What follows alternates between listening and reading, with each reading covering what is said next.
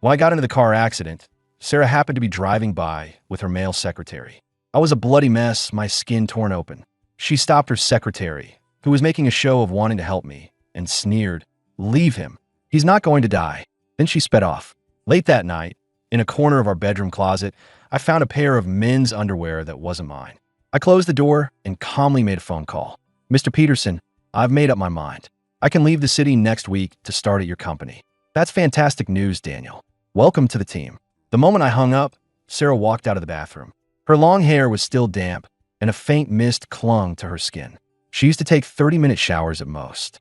Lately, however, she'd been taking her phone in with her, and the whole process took at least 2 hours. "Who were you just talking to?" she asked, her eyes still glued to her phone. I told her the truth, that I had just gotten off the phone with Mr. Peterson. She just mumbled and no. I knew that, as usual, she hadn't really heard a word I said. And for the first time, I didn't try to make her care. I silently began typing my resignation letter on my phone. It was only when Sarah picked up her glass and didn't find the herbal wellness tea I made for her every night that her cool gaze finally fell on me, as if she were granting me an audience. "Daniel, I showed your CT scan to an orthopedic specialist," she said. "He told me it's just a flesh wound on your leg. Just make sure you keep it dry." I kept typing without looking up. "Okay, I will." That afternoon, I'd gotten 8 stitches in my calf from the accident. Worse, 3 of the toes on my left foot had to be amputated due to necrosis from blood loss. The doctor said with regret that if I had gotten to the hospital sooner, they might have been saved. Seeing my unusually cold expression, Sarah furrowed her brow and started to walk over to see what I was doing. Just then, her phone buzzed. A smile instantly spread across her lips, and she turned and disappeared into her home office. At that, I opened Facebook on my burner account. I found a new post from her, visible to everyone but me. "Who's got the handsome, 6-foot-tall, playful Gen Z puppy of a male secretary?" "Oh, right, I do." The caption was paired with a photo of Sarah and Mark, their cheeks pressed together as they made a finger heart. I gave it a bitter laugh and a like, just as the contract from Mr. Peterson came through. I opened the link and signed my name without a second thought. The next morning, Sarah was up unusually early and had bought soup dumplings and steamed dumplings from a famous dim sum place. As I reached for the insulated bag with the crab roast soup dumplings, she slapped my hand away, her face cold. "Don't you like the steamed ones? I got the shrimp dumplings just for you." I froze for a second, then it hit me. The crab roast dumplings were from Mark. I couldn't stop myself from asking, "We've been together for 7 years, Sarah. Don't you know I'm allergic to shrimp?" Her face flushed slightly. She shot up from her chair and said sarcastically, Fine, it's all my fault, happy now? For God's sake, you're a grown man. Stop being so dramatic and looking for problems. Eat it or don't, I don't care." As Sarah was about to head out, I went into the bedroom and came back with a small bag. "When you see Mark, could you please give this back to him for me?" When she saw the men's underwear inside, a flicker of shock crossed her face. She opened her mouth as if she wanted to explain, but when she saw my calm expression, completely devoid of any desire to fight, she just cleared her throat. "Fine, I'll tell Mark to be less careless from now on." "Okay." Noticing my low spirits, Sarah reluctantly offered to drive me to work today. In 7 years together, she, my boss, had always kept business and personal life strictly separate, never once commuting with me, not even in a hurricane. Yet Mark had been getting chauffeured by her since his very first day. The thought made my eyes sting. I fumbled, and my fork clattered to the floor. My fingers trembled as I reached for it. By the time I stood up, Sarah was already out in the hallway. Without looking back, she tossed over her shoulder, "Something urgent came up at the office. I'll drive you next time," and rushed off. Half an hour later, I limped to my desk at work. For some reason, most of my coworkers were looking at me with pity in their eyes. When I went to the break room for some water, I overheard a few colleagues whispering, "So it's true? Sarah is really cheating on Daniel with that Mark guy." "Totally. You should have seen it this morning." Mark got a tiny paper cut, and Sarah, right there in the conference room in front of all the managers, put his finger in her mouth with this look of deep concern. The mug slipped from my hand and shattered on the floor. The gossiping in the break room stopped instantly. I crouched down, silently swept up the pieces, and threw them in the trash. I was working late until 10 o'clock. Suddenly, I felt a weight on my shoulder. It was Sarah, leaning against me languidly. "Daniel, I sent you a message. Why didn't you answer?" Without turning around, I just lit up my phone screen and glanced at the unread iMessage. What kind of video games do guys usually like? 3 years ago, I saw a buddy in our group chat bragging about the new console his girlfriend bought him. I couldn't help myself and asked Sarah for a new character skin that had just been released in a game. Back then, Sarah had looked me up and down with pure disgust. Daniel, are you serious? You're a man in your 30s, and all you can think about is playing games and buying skins instead of bettering yourself. How pathetic is that? Gross. But now, here was Sarah placing a brand new, expensive gaming console right in front of me. I gave it a blank look and went back to my work. A strange look crossed her face. But you were always begging to play this, she insisted. I answered dismissively, I don't play games anymore. After a moment of silence, she said coldly, fine, I'm going to the bathroom, and then we'll go home. 30 seconds later, her phone, which she'd left on my desk, lit up. It was a message from Mark. Oh my God, Sarah, you shouldn't have, this is too much. Not just the console, but you bought every single game for it too? I guess I'll just have to work out even harder to repay your kindness. We got home after 11. I went into the bedroom and started packing my things. When Sarah came in after her shower, she noticed some of the clothes in the closet were missing. She frowned slightly. Daniel, send me your measurements. I'm going to Paris for work next month, and I'll buy you a couple of new designer suits. I answered without hesitation, you don't have to. I don't care about brand names. I'd be gone in a few days anyway. There was no point. She threw her towel on the bed and stared at me, her eyes like ice. Are you really still sulking just because I bought you the wrong thing for breakfast? I blinked, about to explain that I wasn't angry at all, but she cut me off with a sneer. Daniel, you are so unbelievably petty, so classless. With that, she pushed me out of the bedroom and slammed the door. In our 7 years together, Sarah had started countless silent treatments, and I had been the one to humbly make peace every single time. But this time I was done. Sarah stayed in the bedroom all night and never heard a knock on her door. The next morning, I made breakfast for two, just like always.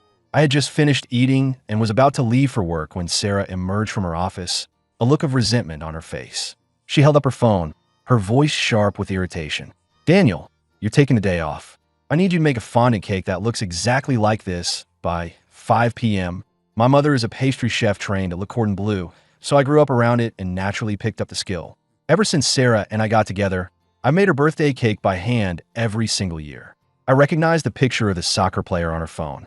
It was Mark's iMessage profile picture. The living room went quiet. Just as Sarah seemed to realize how unreasonable her demand was, I nodded. Send me the picture. I'll go get the ingredients now. 7 years ago, at a dinner party, someone drugged Sarah, and she was the one who pulled me into a hotel room. But when she woke up, she regretted it, crying and blaming me for going along with it. Ever since, I've carried the guilt of having hurt her because I wasn't strong enough to say no. After I make this cake, I won't owe her anything anymore. As she watched my dejected figure walk toward the door, Sarah called out my name, her voice dazed. I didn't turn around. Is there anything else? I asked. The money for the ingredients, I just sent it to you. As I rode the elevator down, I opened my message history with Sarah. I had a laugh. I had sent her a total of 5,363 messages. She had replied to 35 of them. Back in the apartment, Sarah heard the notification that the large money transfer had been declined. She gripped her phone tighter. At 8 that night, I got a call from Sarah. Daniel, where are you? I was at a diner near my parents' place and didn't answer her directly. What is it? Her voice was uncharacteristically soft. Nothing. I just wanted to say the cake was delicious, as always. She paused, then added quietly, thank you for all the hard work. Before I could respond, Mark's cheerful, youthful voice cut in. Daniel, my man, Sarah told me you made my birthday cake today. For real? I never would have guessed a guy like you had skills like that. Not like me. I'm so clumsy, I can't even print a report without messing it up. I'm always making Sarah clean up my messes. The moment Mark invited me to join the party, Sarah's voice came back on the line. Daniel, you don't need to come. Then she hung up. A few minutes later, though, she sent me a location pin and a message. On your way over, pick up a pack of Marlboros for Mark at a liquor store nearby. When I pushed open the door to the private room, Sarah was in the middle of feeding Mark a bite of cake. Her eyes filled with annoyance when she saw me. I knew Mark had been the one to send the location and the text, but I came anyway. Mark greeted me with a cheerful, hey man, but Sarah's face hardened. I told you not to come, she snapped. I'm sorry, Sarah, Mark said, looking down with a pathetic pout. I was just really craving a cigarette, so I tricked Daniel into coming. Sarah leaned against his arm and smiled, reassuring him that she wasn't mad. Seeing she was in a good mood, I immediately took out the resignation form. Ms. Williams, a colleague has a family emergency and needs to leave right away. Could you please approve this? Normally, HR would handle resignation. But when the HR manager saw my name on the form, he sent it right back to me. The lighting in the room was dim, and Sarah was too busy flirting with Mark to pay attention. Just as I'd hoped, she signed the form without even looking at the name on it. But as I reached for the paper, she suddenly put her hand on mine, holding it down. She looked at me thoughtfully. Daniel, did you really come all this way just for this? When I nodded, her expression soured. Less than 2 seconds later, she snatched her hand back as if she'd been shocked. She must have felt the blisters on my hand from making the spun sugar for the cake. It must have disgusted her. Just then, Mark piped up as if he'd noticed something fascinating. Hey Daniel, that ring on your finger looks really familiar. Is it part of a couple's set? Oh, now I remember. I saw one just like in my trash can at home the other day. I pretended not to see Sarah instinctively cover her own ring finger. These plain bands are pretty common, I said calmly. If you like it, you can have this one. Mark declined. The first thing I did after leaving the room was find a trash can and throw away the ring Sarah had given me 7 years ago. While I was waiting for the elevator, my mom called. She asked if I'd booked my train ticket home yet. I'll book it in a few days, I said. The words were barely out of my mouth when I heard Sarah's voice right behind me. Booking what? I hung up and lied without missing a beat. There's this really popular restaurant that you have to book way in advance. Sarah didn't say anything else. She just grabbed my hand and pulled me into a nearby hotel where she booked a suite. She had to handle some urgent work matter that had come up. We worked in silence until early morning, and while waiting for a reply from an overseas client, I couldn't fight it anymore and fell asleep. When I woke up the next day, Sarah was leaning on my shoulder, scrolling through her phone. When she saw I was awake, she ordered breakfast from room service. Halfway through the meal, she asked out of the blue, "Why did you change your phone password?" "Just felt like it," I said. It used to be her birthday. Since I had decided to leave, there was no reason to keep it. Sarah bit her lower lip and set down her fork. "Daniel, weren't you always nagging me to go to the movies with you? There's a theater right nearby. When the boss decides to skip work, the employee doesn't have the right to say no." Cuddled up with my girlfriend in a quiet, nearly empty theater, sharing popcorn while watching a romantic comedy. It was the exact sweet scene I had always dreamed of, and now it was happening. But I felt nothing but boredom, and I couldn't stop yawning. Sarah noticed my distraction and frowned. "You're the one who picked this movie. What's wrong? You don't like it." "No, it's good," I said. She could hear the insincerity in my voice and rolled her eyes. She looked like she was about to say something, but then her phone buzzed with a new message. Without a word, she got up and walked out of the theater. Sarah didn't come back, not even after the movie ended. I was just about to call her when I heard a familiar, excited voice from nearby. "Oh my God, Mark, you are absolutely amazing." I looked over and saw Sarah clutching a giant stuffed animal, laughing as she jumped into Mark's arms and planted a big kiss on his cheek. The smile vanished from her face the moment she saw me. It took her a few seconds to realize how compromising their position looked, and she reluctantly slid off of him. Seeing his chance, Mark deliberately started explaining on her behalf. "Daniel, man, don't get the wrong idea about me and Sarah. She was just so excited to finally get a gift she really wanted, that's all." Sarah gave Mark a playful, flirty tap on the arm, telling him with a coy look that there was nothing to apologize for. Then she turned to me, her expression turning to ice, and said casually, "Is the movie over already?" Before I could answer, a piercing fire alarm blared through the mall. People started screaming and scattering in a panic. My first instinct was to grab Sarah's hand and get her out of there, but she didn't hesitate. She took Mark's outstretched hand without a single glance in my direction and ran with him toward the emergency exit. 5 minutes later, the alarm was switched off. It had been a false alarm. Sarah came back to where we had been standing. She looked around for a long time, but I was nowhere to be seen. 2 hours later, with my final paperwork from the office completed, I was at the train station with my suitcase. While I waited aboard, my phone started ringing off the hook. The caller ID said Sarah. I couldn't be bothered to answer, so I just silenced it. Right before I stepped onto the train, I sent her one last message. "We're done." After the message sent, I popped out my SIM card and tossed it in the trash. I arrived at the station in my hometown just before midnight. As soon as I walked through the gate, I saw my dad, who had clearly been waiting for a while. When my father, his temples starting to gray, broke into a huge smile and waved enthusiastically, I couldn't stop a tear from falling. "Dad," I said, "I'm home for good this time. I'm never leaving again. I want to stay here with you and Mom forever." "You silly kid," he said. Whether you're here with us or not, you'll always be the son we're most proud of. My dad could tell I was in a bad way, but since I didn't bring it up, he didn't ask.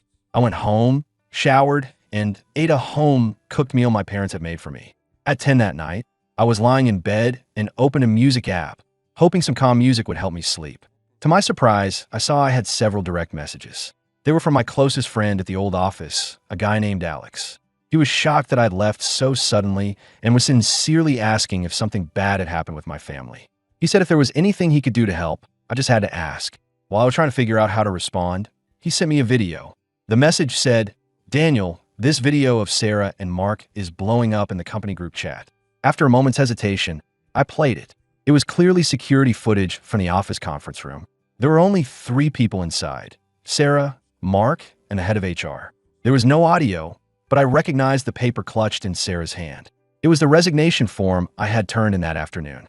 The video started with the HR manager looking terrified, like he was on the verge of tears, bowing over and over as he tried to explain something. Sarah never looked at him, her gaze fixed on the paper in her hand. 3 minutes and 40 seconds in, Sarah, who hadn't moved an inch, gave a dismissive wave of her hand. The HR manager practically ran out of the room as if he'd been pardoned. Mark, who had been standing behind her with a sour look on his face, forced a smile and reached out to touch her shoulder. But Sarah suddenly swung her arm, sweeping a cup of hot coffee off the table, which made him jump back in surprise.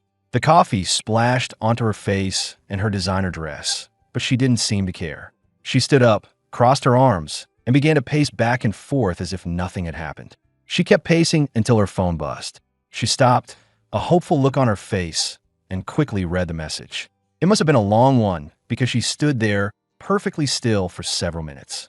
When she finally lowered the phone, her expression unreadable, Mark moved to hug her from behind. But before he could speak, she suddenly hurled her phone at the large monitor in the center of the room, a move so violent it almost made him lose his balance. The screen sparked and shattered into 1,000 pieces. A stunned Mark just stood there, completely at a loss. Sarah turned and walked toward him, and then the video cut off. I didn't need to see the rest. I knew what would happen. Sarah would apologize softly to Mark, and then, out of guilt, she would spoil her little boy toy even more. I closed the video and sent a message back to Alex. I told him that even though we wouldn't be working together anymore, I wished him all the best and hoped he'd have a great career. It was my 4th day back home.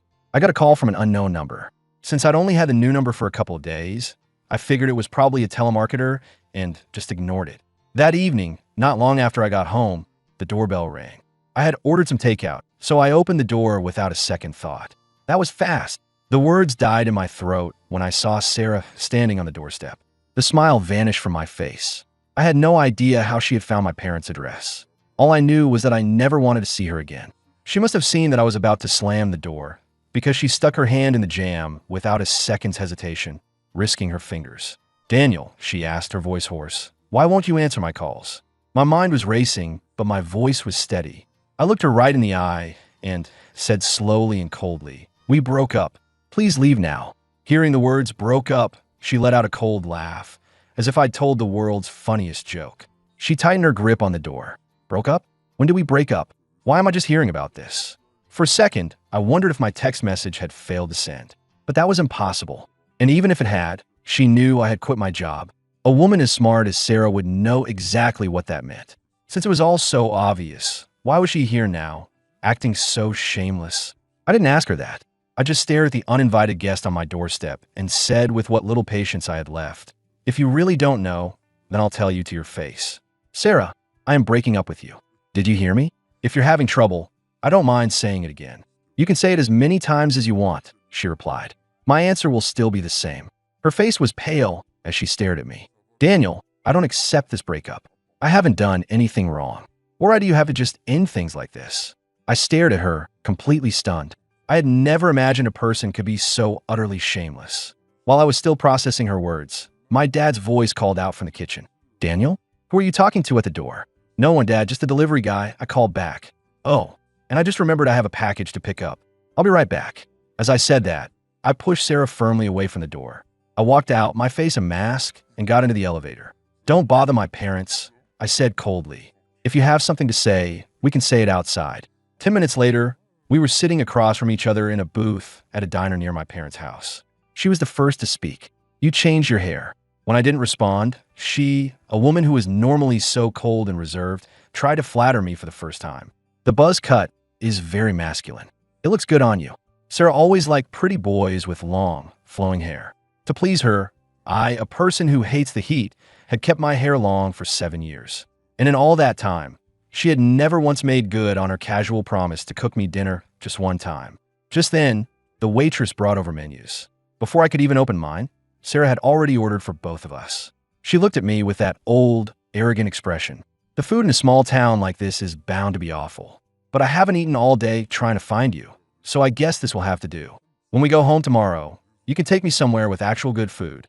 I actually laughed. "Go home? Sarah, have you forgotten that we were just dating? We were never married." At that, she gave me a small, knowing smile. "Daniel, we've been together for 7 years. If you want to get married, all you have to do is ask. Did you think I would say no? You really don't need to waste our time with all this drama." I pinched the bridge of my nose, feeling a headache coming on.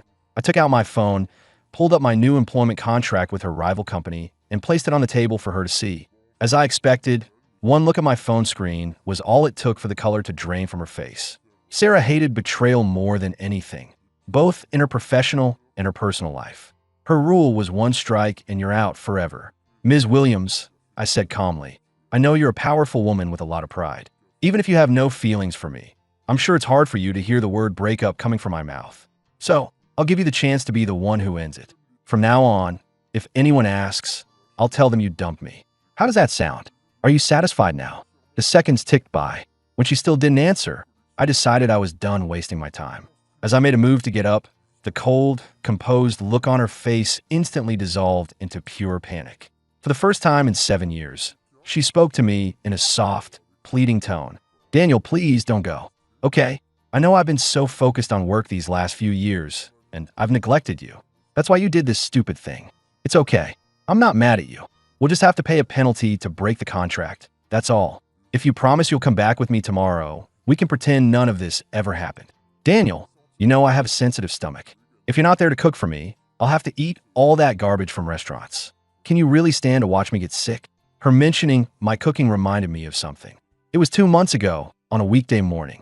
Sarah, who had been giving me the silent treatment for a week for no reason, suddenly messaged me and asked me to make sweet and sour pork ribs. There was a hurricane that day, with torrential rain and dangerous winds. I risked my life, biking through the storm to several different butcher shops until I found the freshest ribs.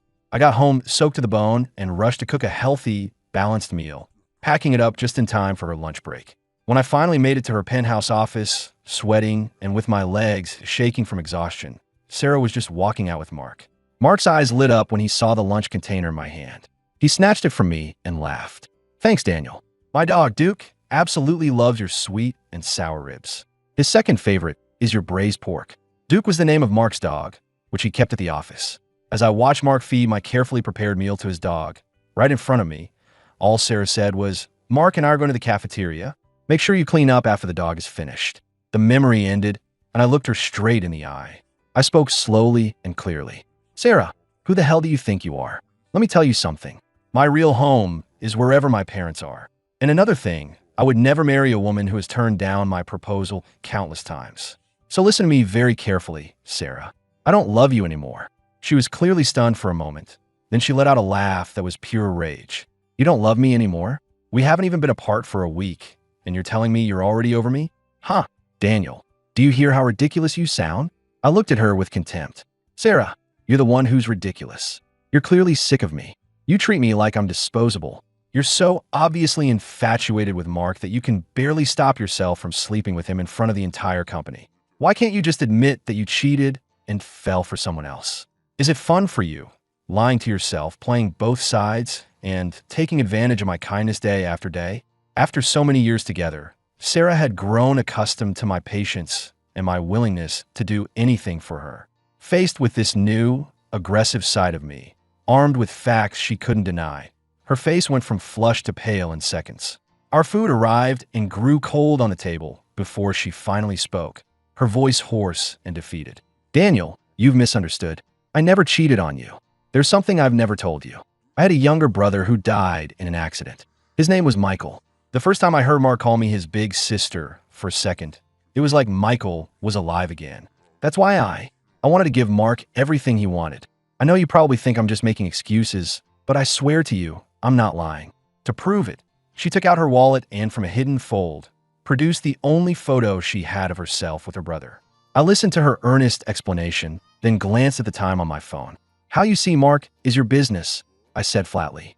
But Sarah, the truth is, even if Mark never existed, I would still be breaking up with you. That was all I had to say. I stood up to leave, but I'd only taken 2 steps before she grabbed my wrist. Daniel, we've been together for 7 years. Do you remember that first night? Do you remember what you whispered in my ear? You said you liked me so much that you would love me forever. You said that for every day we held hands, your love for me would grow even stronger. I met her beautiful, panicked eyes and pried her fingers off my wrist, one by one. Sarah, forget 7 years. Even if we'd been together for 70, I could still walk away from you today without a single regret. From now on, you should probably stop taking the sweet nothings men whisper to you so seriously. And my final words, her hand finally fell to her side. Ignoring the tremor in her own heart, she pointed a finger at my face, her eyes red. Daniel, fine. You remember what you said today, because one day you'll come crawling back to me, begging me to take you back. And I promise you, I will never forgive you.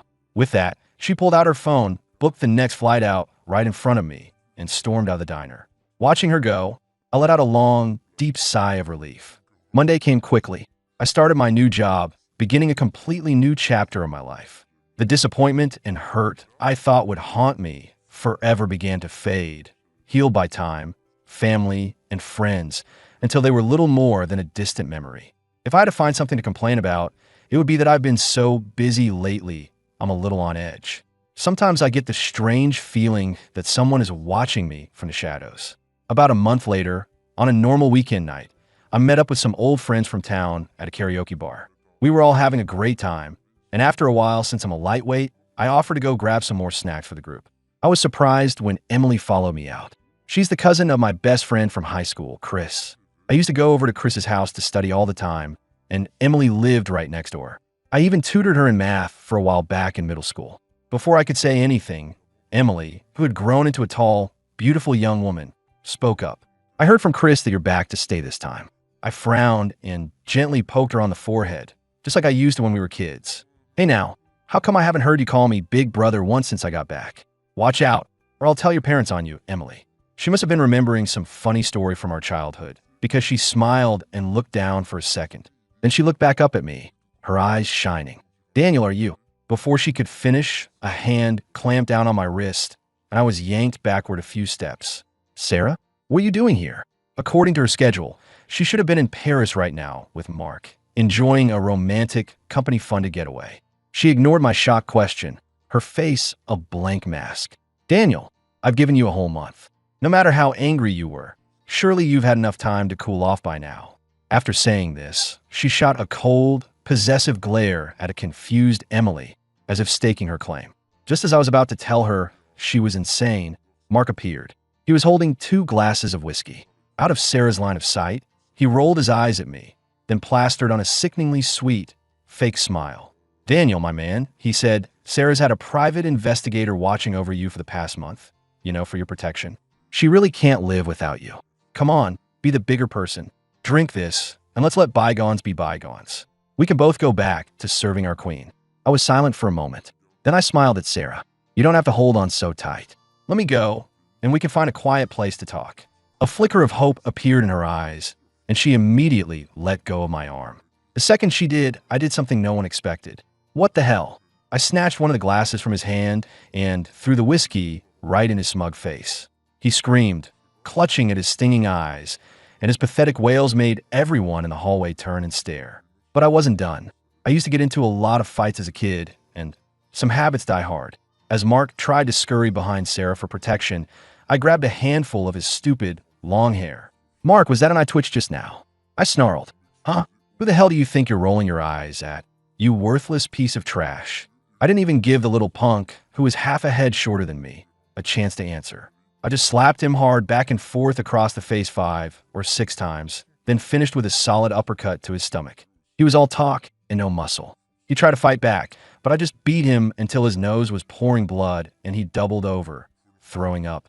The sight of him puking disgusted me. I shoved him away like a piece of garbage, sending him stumbling towards Sarah. The funny thing was, Sarah didn't even try to catch him. As he stumbled toward her, his face swollen and tear-streaked, about to brush against her dress. She just frowned and took a large step back. Mark looked completely stunned. He stared at her with wide, wounded eyes, heartbroken that she wouldn't even look at him. Instead, she walked right past him, straight to me, her eyes full of sincerity. Daniel, I've already explained to Mark that I only ever saw him as a little brother.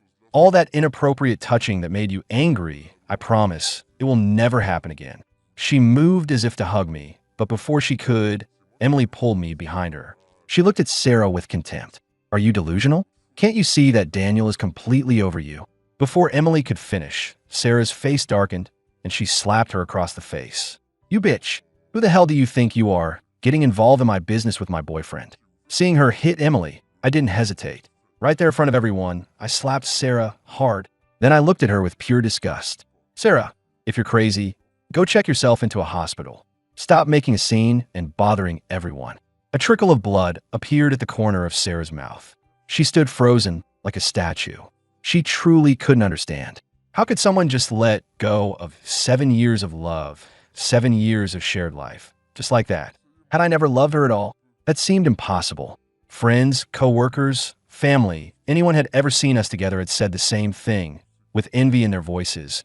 Daniel was absolutely crazy about Sarah.